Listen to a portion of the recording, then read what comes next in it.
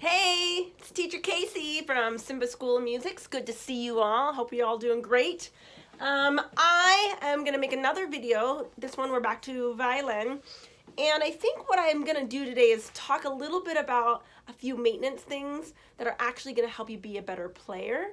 And then I think we should do some more rhythm patterns with, we think we did A major scale, but yeah, A major scale is fine, or D, either one. We like them both, right? Those are violin keys, A and D. We love them. Okay, so first of all, I've noticed with a lot of people who play violin, they over tighten their bow. That's kind of a big no-no. You don't want to over tighten your bow because it'll stretch the hairs. It's like hair. It's like hair on your head. It's just from a horse. It'll still stretch over time, and then it doesn't do what you want it to do. So notice I'm going to show you. This is my bow. Well, one of my bows, but you can see it's not tightened very much. It's still, my bow still has a smile in it, right? A little bit of a dip, okay? And it's not even as wide as my finger. Barely I can fit my finger in there, okay? So don't over tighten this. I do see this in some schools. They feel like their bow needs to be like this. That is way too much, way too much. Okay, so look, there's no dip or anything. It hurts me. Okay, so we're gonna loosen it. You don't need as much as you think you do, okay? So a lot less. Now, here's the other thing. I see a lot of people thinking that they need to rosin their bow every time they play. Not true. You might need, there's one swipe, two swipes, three swipes. That's it. For the week. That's all you need. That's really all you need. You don't need gobs and gobs of rosin. You especially don't need to rosin your bow every single time you play. I guarantee it. I will go for like maybe 2.5 hour rehearsal, and I might not rosin my bow because there was rosin left over from the last time I rosined my bow. Maybe at break I'll give 1 or 2 swipes, but not all the time. I do not rosin my bow every single time I play. It actually inhibits the way you sound and the way it pulls across your strings. Okay, now the other thing is I purposely didn't clean my violin. Well, it looks pretty good actually. I don't know if you can see that. A little bit dirty. This is my extra studio violin. I'm going to clean it off. Now, if you have never done this before and you're like, my sound is really scratchy, you might want to just clean off your strings, like really clean them off. And then maybe not rosin your bow for a week and then see if that makes a difference in your sound. Because a lot of times the scratchiness can be from rosin playing on rosin. Okay, so make sure you don't have this big crust of rosin. If you can scratch it off, that's bad news. Okay, now, with that being said, someone said, oh, what can I do to clean it with? Well, you can just take a rag like I just did. And I hesitate to tell you this because it makes me worried. You can use rubbing alcohol, but it can only touch your strings. Did I say that loud enough? It can only touch your strings. You cannot let it drip on your instrument. Lord help us. Please be careful. Please be careful. Okay. I said it. I warned you. Just use a rag. All right. All right. So let's do A major scale. Okay. We did half notes and whole notes last time, and we did we did 2 rhythms. We did down puppy up puppy,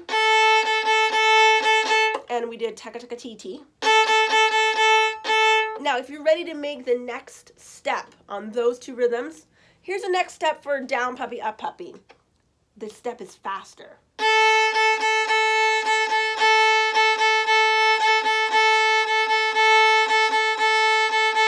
Okay, so that's about, looks like I did it at 112. Let's try it. Ready? We're going faster today. Down, puppy, up, puppy, down. Ready? Here we go.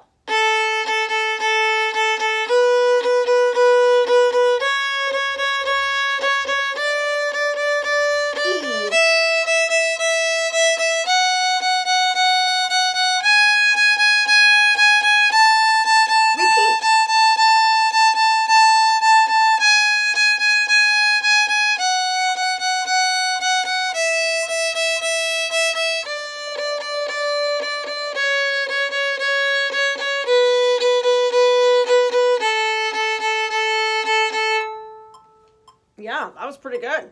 Were you jamming?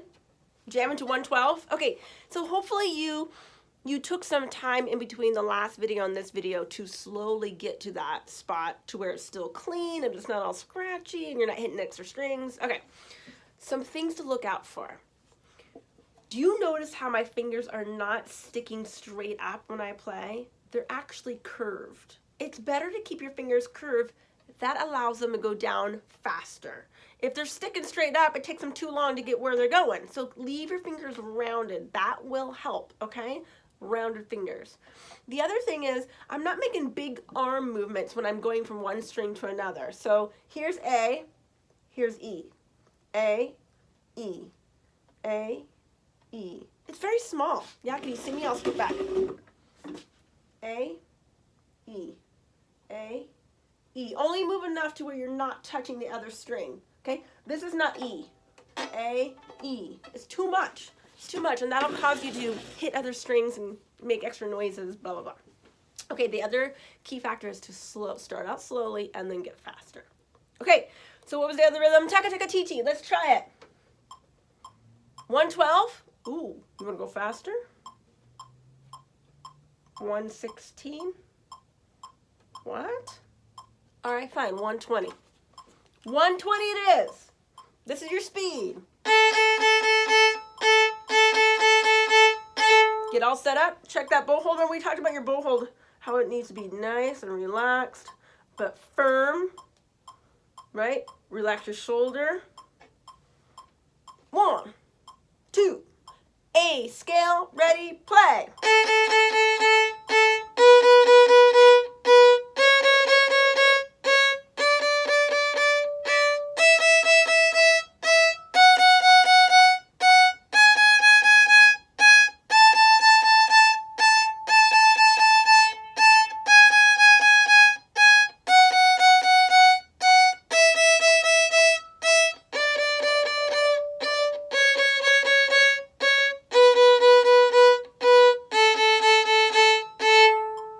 How'd you do? That was at 120. Okay, again, so work your way up to that speed. And notice I wasn't using a lot of bow. Maybe that much. Remember before we were using more, but now we're going faster, we're using less bow. Awesome, all right, you got this under control. Let's get crazy.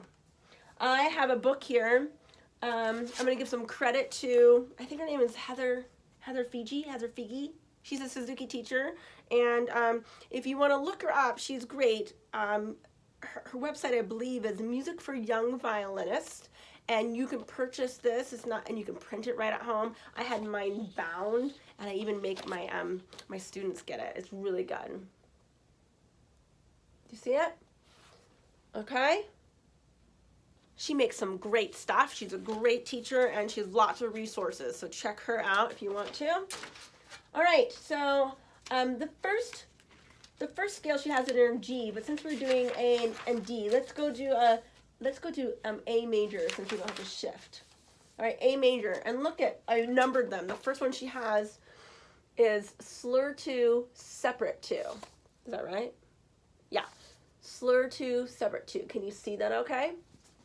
So we're gonna do slur, separate, slur, separate, slur, separate. You may notice this is the exact same bowing as down puppy, up puppy. You can't decipher that if I do it in the air. Down puppy, up puppy, down puppy, up puppy. Same. Slur, separate, slur, separate. I'm just adding fingers within that quarter note. Does that make sense? All right, let's give it a shot. So it's going to look like this.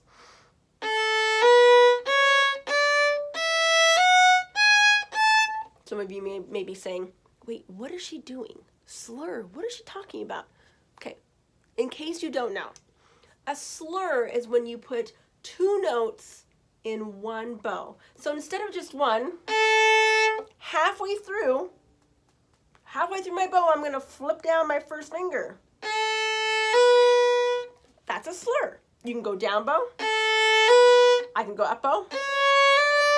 I can put multiple notes in one slur. a 3-note slur. That was a 4-note slur. It can get crazy. Okay, we're just doing 2. So halfway through your bow, you're gonna plop down a note, all right? After you plop down that note, you're gonna play 2 notes, the next 2 notes in the slur, scale, separate. And then you're gonna do the next 2 notes as a slur on the up bow. Slur, separate, okay? Let me do it slowly in case you're like, what the heck? If you got this, fast forward, and then I'll give you a cue so you know when to start with this. Okay, here we go. If you wanna learn how to do this, I'm gonna do a half a bow A, then put down my B. See what I did there? I'll do it again. Now pause the video and practice that if you need to. If not, let's go to the next part. C sharp, and then D. Up, down. So I'm going slur, separate, separate. Now I'm gonna roll to the E string and do the same thing, but I'm gonna start up bow. E, halfway through my E bow, I'm gonna do F. Now separate bows. Woo! Okay, I'll do it again. E string. Okay? All right, now we're ready to try it. If you're not ready, pause and practice. No big deal. Let's go back down to 60.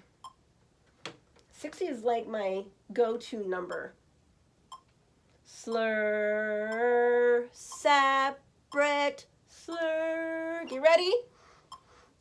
Find your bow hold, place it, relax your shoulder, tap your pinky, make sure he's right where you're supposed to be. Here we go. Take a breath, you can do this. I'm doing slur 2, separate 2. 1, 2, here we go. Slur, separate, up bow.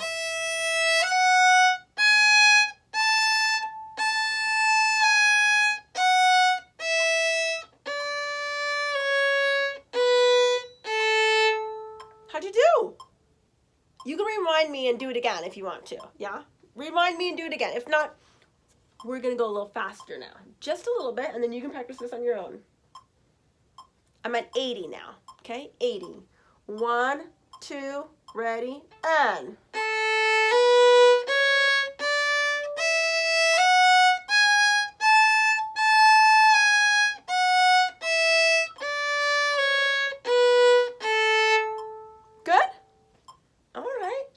You're doing it. Practice that. Get really good at those 2 slurs. Let's do one more from this book. Ooh, this is good. Number 5 is, the first one is on its own, separate. But then after that, they're all slur 2. Let me see if I can show you. First one's on its own. And then the next, every other one after that, slur 2, okay? That should be cool. The top note is a quarter note, so you hold it a little bit longer. Okay, let's try this at 60. 60. Here we go.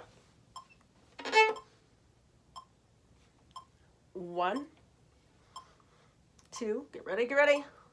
Ready, the first one is separate, go.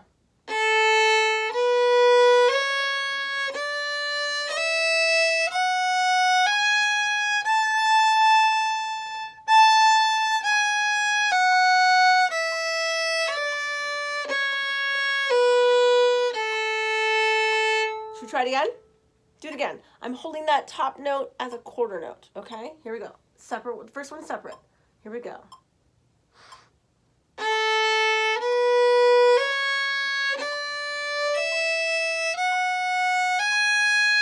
Hold it.